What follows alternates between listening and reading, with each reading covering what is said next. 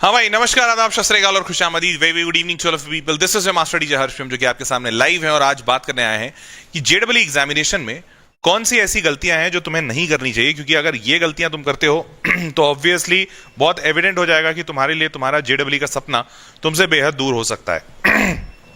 अब जनरली ऐसे सेशंस में बच्चे या टीचर ऐसा कुछ खास गलती नहीं बताते हैं जो कि बहुत कॉमन हो, अनकॉमन हो, और मोस्टली वही गलतियां होती हैं जो बच्चों को पता होती है।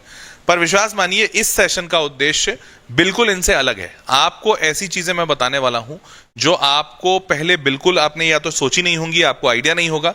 एंड ऑल दीज पॉइंट्स जो अभी इस वीडियो में आने वाले हैं, these all points are going to be very damn useful for all of you. तो वीडियो ध्यान से देखना, आखिरी तक देखना।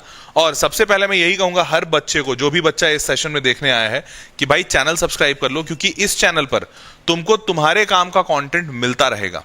और अभी से लेकर जेडब्ल्यू एग्जामिनेशन तक हमेशा, इनफैक्ट जेडब्ल्यू एग्जामिनेशन के बाद भी, आपके काम का जो ऐसा कंटेंट जिससे आपका लाइफ बनने या बिगड़ने वाला हो, वो वाला कंटेंट आपको यहां मिलेगा। तो मेक श्योर करो कि चैनल सब्सक्राइब हो जाओ और टेलीग्राम जरूर सब्सक्राइब कर लेना, क्योंकि टेलीग्राम पे बहुत सारा फ्री कंटेंट जाता है। हमारे सेशन के पीडीएफ हो गए, जैसे कोई कॉलेज का रिव्यू है, कोई स्ट्रैटेजी वीडियो है उसका स्ट्रैटेजी, टाइम टेबल वीडियो है उसका टाइम टेबल का पीडीएफ, ये सारी चीजें आपको टेलीग्राम पे मिलेंगी। तो टेलीग्राम का लिंक नीचे डिस्क्रिप्शन में दिया हुआ है, वहां से सब्सक्राइब कर लेना, फ्री ऑफ कॉस्ट है, और चैनल जरूर सब्सक्राइब करना। ठीक है, शुरू करते हैं। सबसे पहला सवाल तुम सबसे, 11वीं वालों, जेडब्ल्यू 2027 की तैयारी चल कैसे रही है?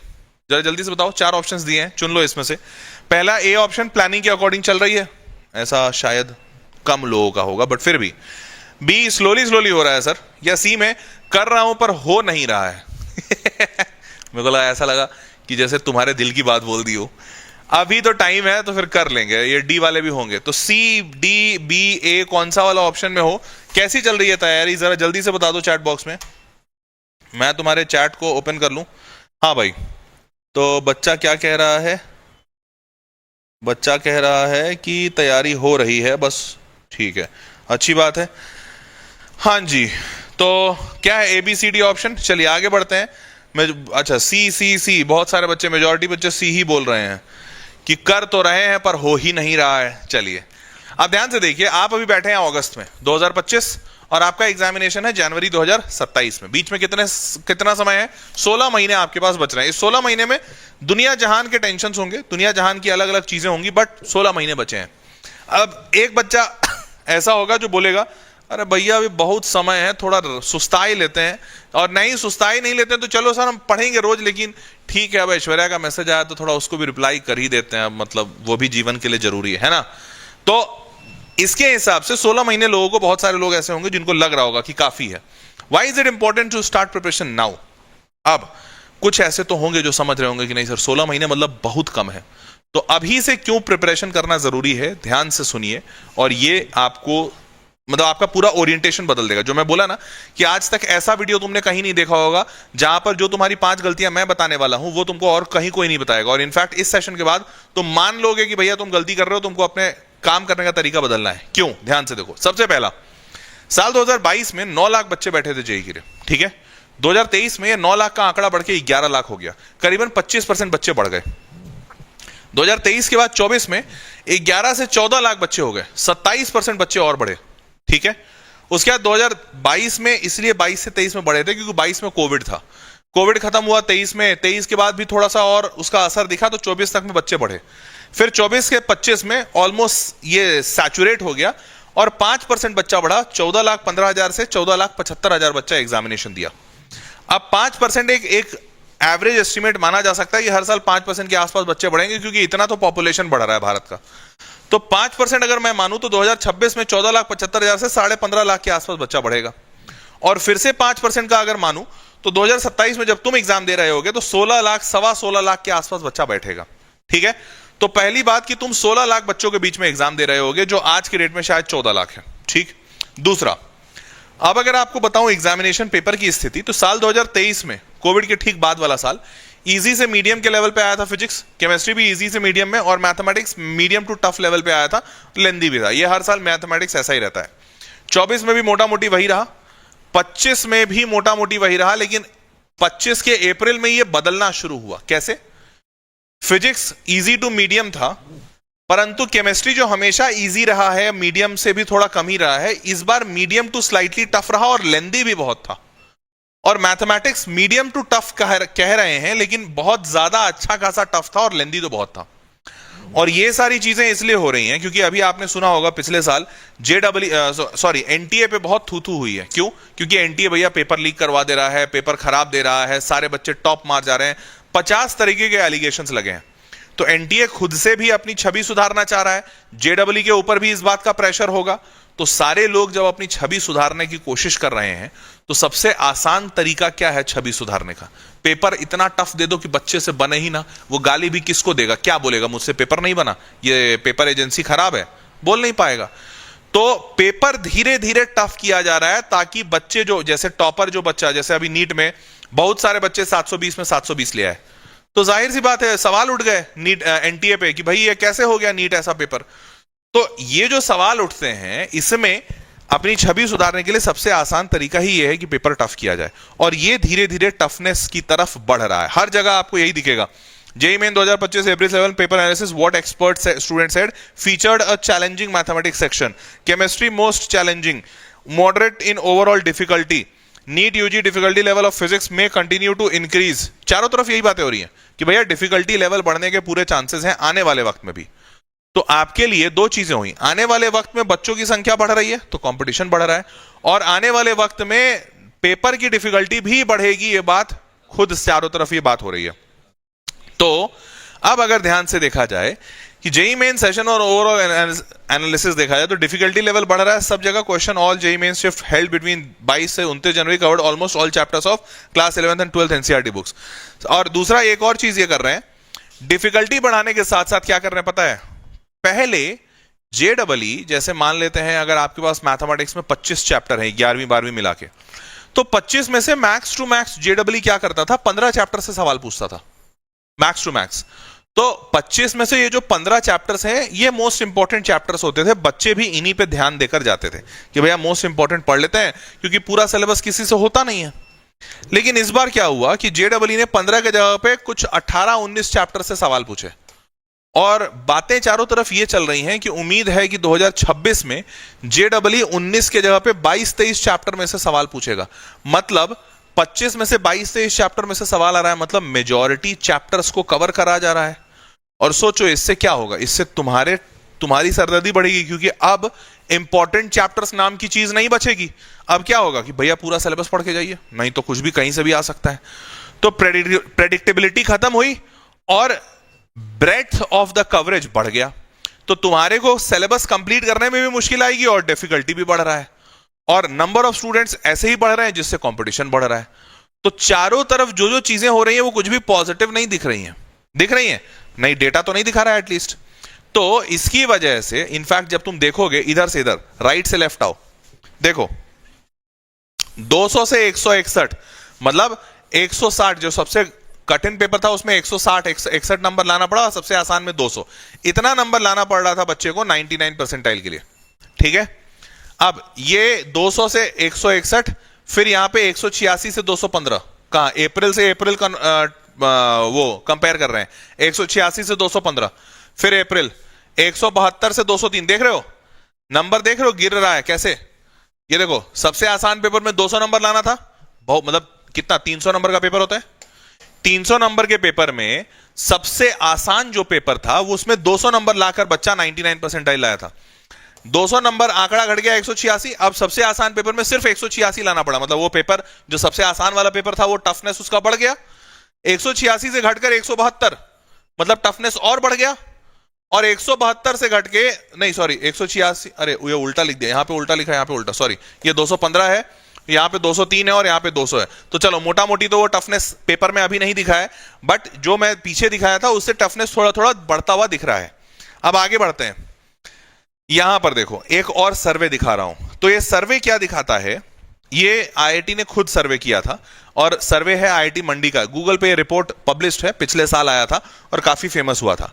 तो पिछले साल आईआईटी मंडी ने क्या किया, जितने बच्चे उसके यहां इनरोल हुए वो सारे फर्स्ट ईयर वाले बच्चों के साथ एक सर्वे किया, और वो कुछ 350 बच्चे थे जो आईआईटी मंडी में आए थे, 300 350 जो भी थे। उन बच्चों से पूछा कि आपने अपने तैयारी, आईआईटी की तैयारी कब शुरू की? आप आईआईटी मंडी पहुंचे तो कब आपने तैयारी शुरू की? 11वीं ग्रेड में तैयारी शुरू कर दी अच्छे से, मतलब तैयारी का मतलब अच्छे से तरीके से तैयारी शुरू की। तो 11वीं में तैयारी शुरू की ऐसा कहने वाले 57% बच्चे थे। कितने? 57। ड्रॉप ईयर में अच्छे से पढ़ाई किया, क्योंकि 11वीं 12वीं तो इन्होंने भी पढ़ा होगा, पर इन्होंने सही मामले में जो जेई की तैयारी थी वो ड्रॉप में शुरू किया, यह 16% बच्चे थे। 12वीं में किया, 11वीं में नहीं कर पाए थे सर, नहीं आइडिया था या फिर अच्छे से तैयारी नहीं हुई। 12वीं में मेन तैयारी किया ऐसा कहने वाले मात्र 11% थे, मात्र 11%। 9th ग्रेड में, 10th ग्रेड में, 9th के बाद वो सब तो अलग अलग परसेंटेज। अब आप बस इन 3% पे फोकस करो।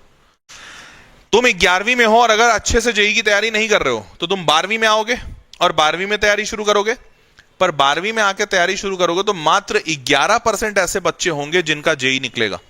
ये सर्वे बता रहा है आईआईटी मंडी का, मतलब वहां तक, और वो भी आईआईटी मंडी को टॉप का आईआईटी नहीं है, आईआईटी बॉम्बे टॉप का है। मंडी पहुंचने वाले मात्र 11% बच्चे थे, बॉम्बे पहुंचने वाले तो शायद 1-2% रहे होंगे। तो मैं बताना यह चाह रहा हूं कि 12वीं में अगर तैयारी करोगे तो 11% चांस है सक्सेस के, ड्रॉप में करोगे 16%, 11वीं में अच्छे से तैयारी करते हो तभी मेजॉरिटी चांसेस बनते हैं सिलेक्शन के, 57% चांस। क्या मेरी बात समझ आ रही है? तो ये सर्वे भी ये बता रहा है कि आपको 11वीं में बहुत तरीके से, धड़ल्ले से और पूरा फोकस के साथ तैयारी करना जरूरी है, अन्यथा आप बहुत कम चांस होंगे आपके आईआईटी में सेलेक्ट होने के। ये आईआईटी की बात है, एनआईटी तो हो सकता है शायद मिल जाए। तो बट अवॉइड दीज 5 मिस्टेक्स। तो अब जब तुम इतना डेटा समझ गए तो अब बता रहा हूं कि कौन से मिस्टेक्स हैं जो आपको ध्यान में रखने हैं, कि ये मिस्टेक्स आपको नहीं करने, नहीं तो गड़बड़ हो जाएगा। क्लियर? और ये चीज मैं इसके पहले जो इतना डेटा दिखाया इससे आपको ये बताना चाहता हूं कि ये जो 5 मिस्टेक निकाला हूं ये इसी सब डेटा से निकाला हूं, क्योंकि बच्चे एक्चुअली में यहां पे फंसते हैं। ध्यान से देखो, सबसे पहला कोरा का स्निपेट इसलिए उठाया हूं कि बच्चों ने ही रिप्लाई किया। बच्चे क्या बोलते हैं सुनो। What are some mistakes that you regret making while preparing for JEE? तो एक बच्ची वैदेही के नाम से है, 11वीं 12वीं फ्रॉम विद्या वर्षनीज कुछ तो कॉलेज वॉलेज, और इसने जेई में, मतलब my JEE preparation mistakes lesson from JEE 2026 aspirant, अभी ये तैयारी कर रही है। ठीक है। I made several mistake during JEE preparation while let my current situation फलाना ढिमकाना। अब इसने क्या क्या लिखा था, ये प्रॉब्लम मैंने यहां पर इसलिए डाला है जेई 2026 के एस्पिरेंट का, कि शायद यही प्रॉब्लम्स आपके भी होंगे। अगर आपके भी ये हैं इनमें से, तो कितने कौन कौन से प्रॉब्लम इसमें से मैच खा रहे हैं वो +1 करते जाना कि हाँ सर मेरा भी ऐसा ही है, या यस लिख देना कमेंट बॉक्स में कि हाँ इसमें से प्रॉब्लम आपके भी है, यही प्रॉब्लम है क्या। बताता हूं क्या क्या प्रॉब्लम इसने लिखा है। Joined costly board level coaching in 11th, no JEE focus, wasted the year. ये बहुतों के साथ होता है कि कोचिंग देख के तो बहुत अच्छा लग रहा था, या तो जेई लेवल बोल के उसने एडमिशन कराया या बोर्ड लेवल बोल के एडमिशन कराया, पर जेई की पढ़ाई तो नहीं हो रही है वहां पे, भले जेई बोल के भी एडमिशन कराया हो। तो ऐसा बहुतों के साथ होता है कि अच्छा कोचिंग ज्वाइन कर लिया बट फिर भी बकवास है, कहते हैं ना ऊंची दुकान फीकी पकवान। Understood mistakes only around Diwali, should have switched earlier. अब ये वाला तो हो सकता है आप लोग अभी अग्री नहीं करो क्योंकि दिवाली आई नहीं है, पर अगर अभी ऐसा, बहुत सारे ऐसे होंगे कि सर अभी मिस्टेक महसूस हो रहा है लेकिन पता नहीं चल रहा है। 12th started with backlogs, never fully caught up. ये बहुतों के साथ, शायद 12वीं वाले यहां पे बैठे होंगे। कौन कौन 11वीं वाला है, कौन कौन 12वीं वाला है, जरा हाथ मतलब अपना चैट बॉक्स में लिख के बताओ। 11th वाले 11 लिखो, 12th वाले 12th वाले इस बात से बहुत कोरिलेट करेंगे कि 12th शुरू ही होता है 11वीं के बैकलॉग से, कि सर 11वीं बड़े सारे चैप्टर छूट गए, अब 12th हम शुरुआत ही कर रहे हैं इस बात से कि हमारा बहुत सारा चैप्टर छूटा हुआ है।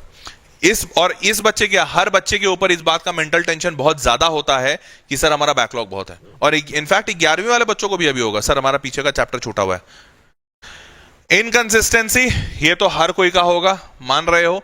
Unrealistic planning, yes. Isolated self, skipped festivals, no joy और स्टडीज, ये होता है बहुतों के साथ बट नहीं करना चाहिए। देखो ये अगर तुम्हारे साथ हो रहा है ना तो ये अलार्मिंग सिचुएशन है। मम्मी पापा किसी से हेल्प लो, टीचर से किसी से हेल्प लो, बात करो, क्योंकि आप अगर खुद को आइसोलेट कर रहे हैं मतलब गड़बड़ हो रहा है। आप हो सके तो जेई की तैयारी कुछ दिन के लिए छोड़ दीजिए, कोई इशू नहीं है, जेडब्ल्यू न भी हो तो भी चलेगा, बट ये सिचुएशन लाइफ के लिए गलत है। Focused on lectures, notes, minimal question solving tests. तो क्लास पे पूरा ध्यान दिया लेकिन क्वेश्चन सॉल्विंग पे बहुत कम ध्यान दिया, क्वेश्चन सॉल्विंग के लिए समय नहीं मिला। और उसके बाद पुअर स्लीप। अच्छा, ये इससे कितने लोग जूझ रहे हैं कि सर नींद नहीं आती रात को, या रात को 1 घंटे बेड पे सोए रहते हैं, उसके बाद जाके नींद आती है। ये है ना, सच में बहुतों का सिचुएशन होगा। Self doubt, negativity, hurt mental health, wrong attachment, boyfriend girlfriend बन गया। 8 घंटे productivity, study is greater than 16 hours, fake hustle, ये नहीं समझ में अभी आ रहा होगा। Ignored boards, don't delay efforts, assuming more chances, daily efforts, saying till the end victory, ये इस बच्ची ने सजेशन दी है। अब ये स्लीप में बहुत सारे लोगों को प्रॉब्लम है, एक्स्ट्रा स्लीप प्रॉब्लम। प्रीतम, अभी तो हम उल्टे से जूझ रहे हैं, क्या सोच रहे थे, लेस स्लीप प्रॉब्लम, तुम बोल रहे हो एक्स्ट्रा स्लीप प्रॉब्लम, चलो ठीक है। अब देखो तो इन तजुर्बों से मैं बता रहा हूं, ये मेरे तो तजुर्बे हैं ही हैं। मैंने एक बच्चे का तजुर्बा आपके सामने इसलिए रखा कि आप महसूस कर सको कि आपके ही बीच का कोई एक इंसान है जो खड़ा होकर बोला है कि हमको ये दिक्कतें आ रही हैं।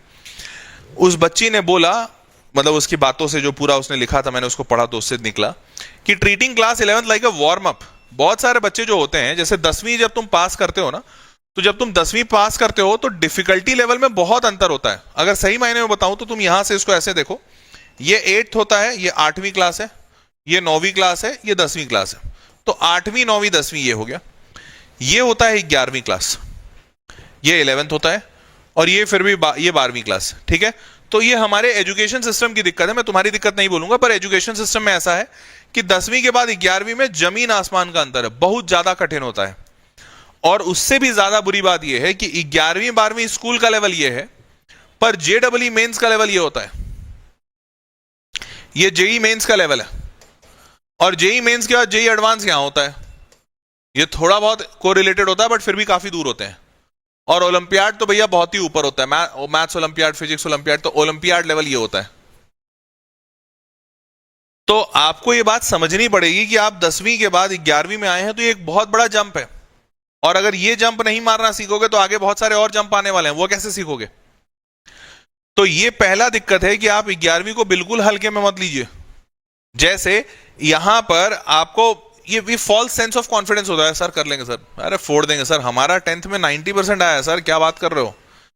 90% तो ऐसा समझो कि मतलब सबसे बड़ा फेक दिलासा है खुद के लिए, मतलब 90% सबसे बड़ी मिथ्या है। तो 90% वाले बच्चे डिलेइंग सीरियसनेस, जैसे आपको बताऊं 10वीं में 90% लाना एकदम हलवा है। 10वीं में तुमको नहीं लगा होगा, बट तुम ले आए हो, तो अब मैं बता रहा हूं 10वीं में 90% बहुत हलवा है, 11वीं में 50% लाने में जान निकल जाएगी, 50%। और स्कूल बोर्ड की बात नहीं कर रहा हूं मैं, स्कूल के एग्जाम की तो कोई बात करेगा ही नहीं आपसे। 11वीं 12वीं में स्कूल के एग्जाम में क्या नंबर ला रहे हो किसी को फर्क नहीं पड़ता, मेरे को भी नहीं पड़ेगा। मेरे को भी फर्क पड़ेगा कि तुम मॉक टेस्ट में कितना लाते हो, अपने जेडब्ल्यू के मॉक टेस्ट में, कोचिंग के टेस्ट में कितना ला रहे हो। वहां पर 50% मतलब बेटा टॉपर टाइप के बच्चे होगे तुम, 50% लाने में तुम्हारी हालत टाइट हो जाएगी, ये फैक्ट बता रहा हूं। और हजारों ऐसे कमेंट्स दिखा सकता हूं, कुछ 4-5 दिखा रहा हूं, बट मेरे पास हजारों ऐसे हैं।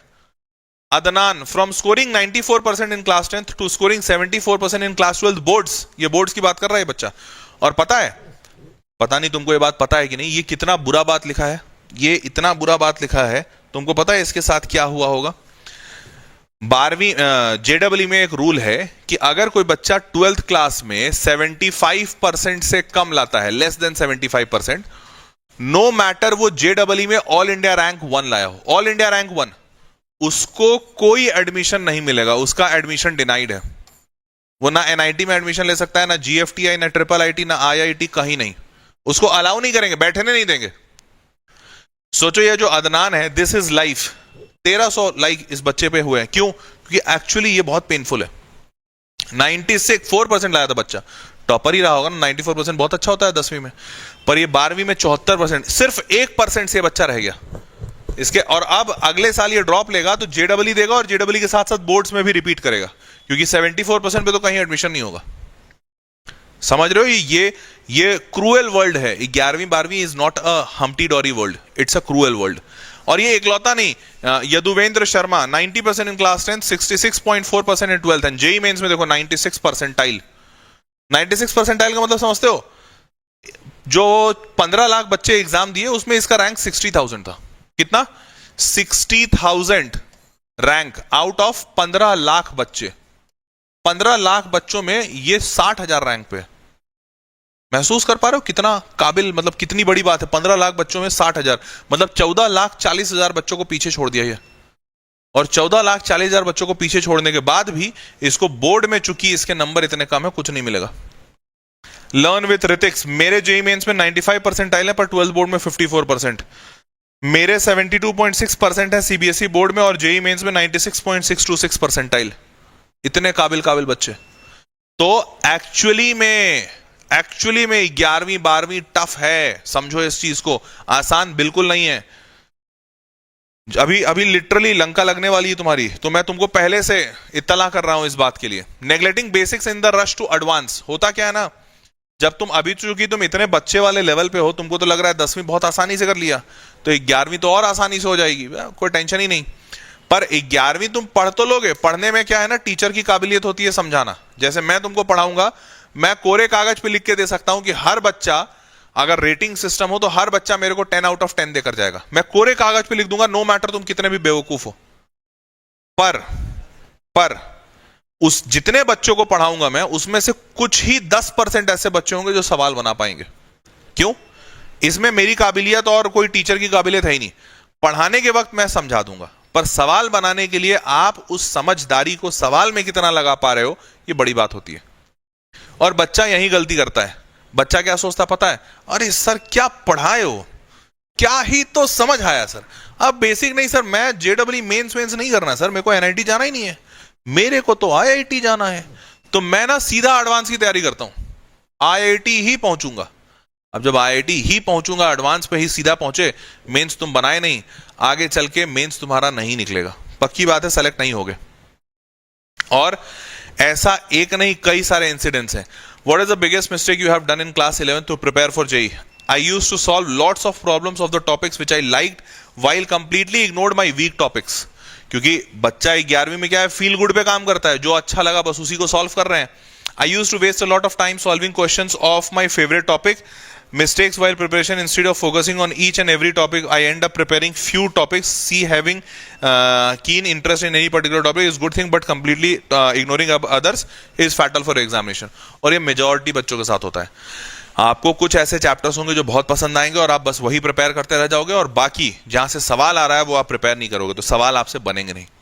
तो हेंस 11वीं में आपको ये चीज का दूसरा सबसे बड़ा ध्यान देना है कि जो अच्छा लग रहा है वो बना रहे हो, ठीक है, पर जो अच्छा नहीं लग रहा है उसको भी उतना ही बनाना है, नहीं तो वहां से सवाल आएगा और तुम नहीं बना पाओगे। और अभी मैंने स्टार्टिंग में बताया था ना, जेडब्ल्यू अपना तरीका बदल रहा है, हर एक चैप्टर से एक एक सवाल पूछ रहा है। तो अगर हर एक चैप्टर से पूछ रहा है और तुमने कोई भी चैप्टर छोड़ा है, तो तुम्हारी हालत टाइट हो जाएगी, वहीं टाइट हो जाएगी।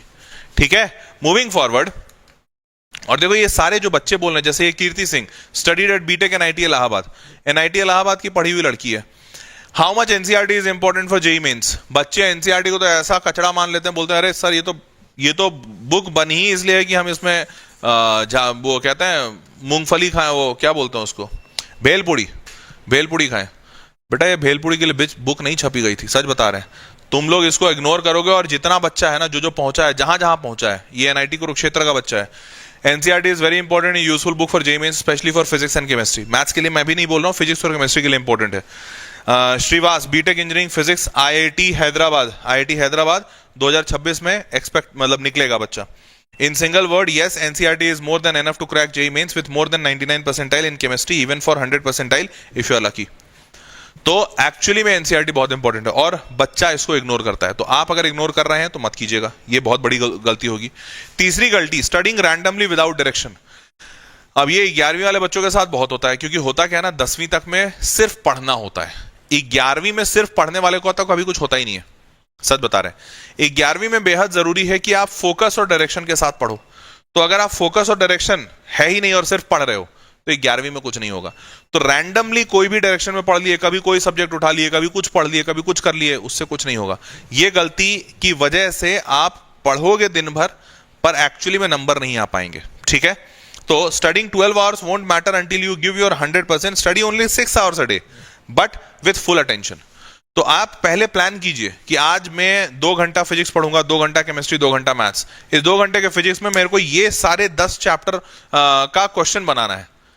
ये ऐसे नहीं रैंडमली नहीं कि चलो यार आज बैठ जाते हैं टीचर के नोट्स रिवाइज कर लेते हैं, अच्छा कल क्या किया, कल ऐसे ही बैठ जाते हैं सोच रहे हैं नया कोई चैप्टर पढ़ लेते हैं। भाई कोई प्लानिंग करो, उसके साथ काम करो। ठीक है, and then fourth, not practicing enough questions, ये सबसे बड़ा फैटल डिसीजन। ये तो हर बच्चे के लिए, सिर्फ 11वीं वालों के लिए नहीं बोल रहा हूं। अगर आप सवाल नहीं प्रैक्टिस करोगे, तो जो मैंने स्टार्टिंग में बताया, टीचर पढ़ाएगा, आपको फील गुड होगा, पर अगर आप सवाल नहीं सॉल्व करोगे तो आपका जेई तो नहीं निकल रहा, पक्की बात है। तो इसके लिए आप अभी से कुछ नियम बना लो, और वो कुछ नियम बहुत सिंपल हो सकते हैं। अगर मतलब मैं बता देता हूं, 1 घंटा अगर मैथ्स पढ़ रहे हो तो 1 घंटे के मैथ्स में आपसे 10 सवाल मिनिमम होने चाहिए, 10 क्वेश्चंस मिनिमम, और मैक्सिमम 20 क्वेश्चन तक जा पाओगे, उससे ज्यादा नहीं जा पाता है कोई भी बच्चा। ये मैं बता रहा हूं जेडब्ल्यू लेवल के सवाल, ठीक है, जेडब्ल्यू लेवल के सवाल जो चैप्टर्स आप कर चुके हैं।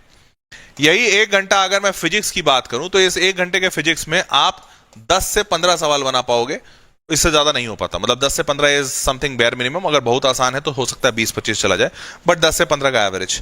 और वहीं 1 घंटा अगर आप केमिस्ट्री का सॉल्व कर रहे हो तो आपको मिनिमम 25 सवाल बनाने होते हैं, 25 क्वेश्चंस। ये फिजिकल केमिस्ट्री को हटा के बोल रहा हूं, फिजिकल केमिस्ट्री में समय ज्यादा लगता है, इनऑर्गेनिक ऑर्गेनिक में फिर भी बन जाते हैं। अब आप दिन में अगर 3 घंटे पढ़ रहे हो और तीनों घंटा मैथ्स पढ़े, 3 घंटा मैथ्स पढ़े, तो आप 30 क्वेश्चंस बनाने चाहिए उस दिन में। या आप 1 घंटा मैथ्स, 1 फिजिक्स, 1 केमिस्ट्री पढ़ रहे हो, तो ये नंबर ऑफ क्वेश्चंस को ऐड कर लेना, और इतने सवाल मिनिमम आपके डेली होने चाहिए। ये एक स्टैंडर्ड है कि हाँ भैया, एक जेई एस्पिरेंट अगर ठीक ठाक तैयारी कर रहा है तो उससे इतना बन जाएगा, समझ रहे हो? तो ये आपका बेंचमार्क होना चाहिए कि भैया आपको इतना बनाना है।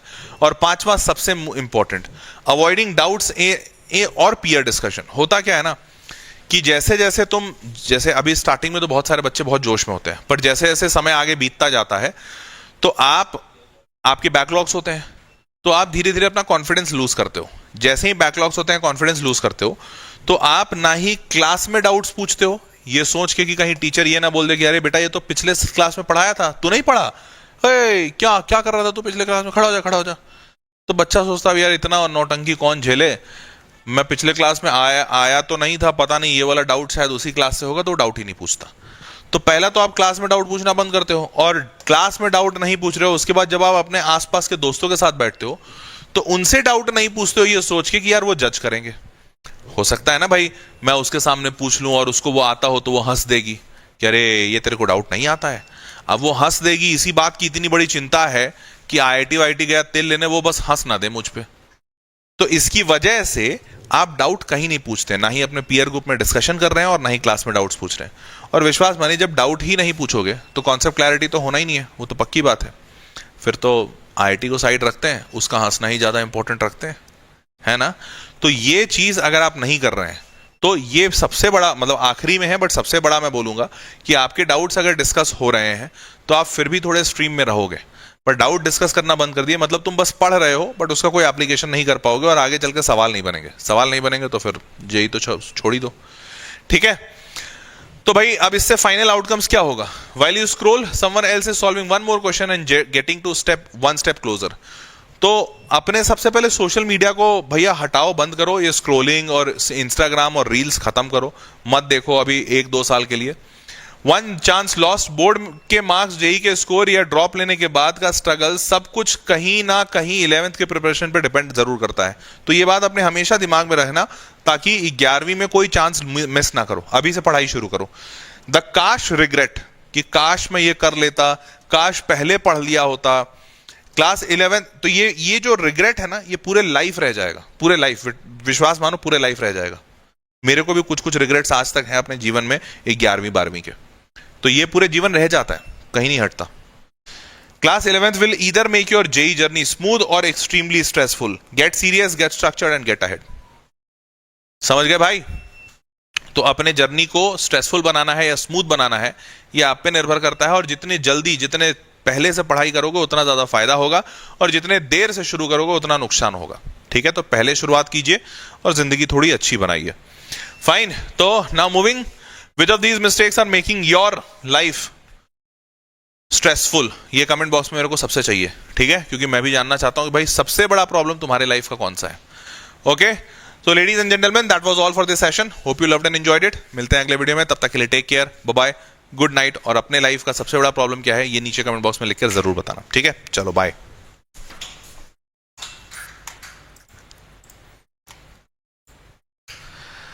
बड़ा जेनरिक सा सेशन था ज्ञानबाजी का।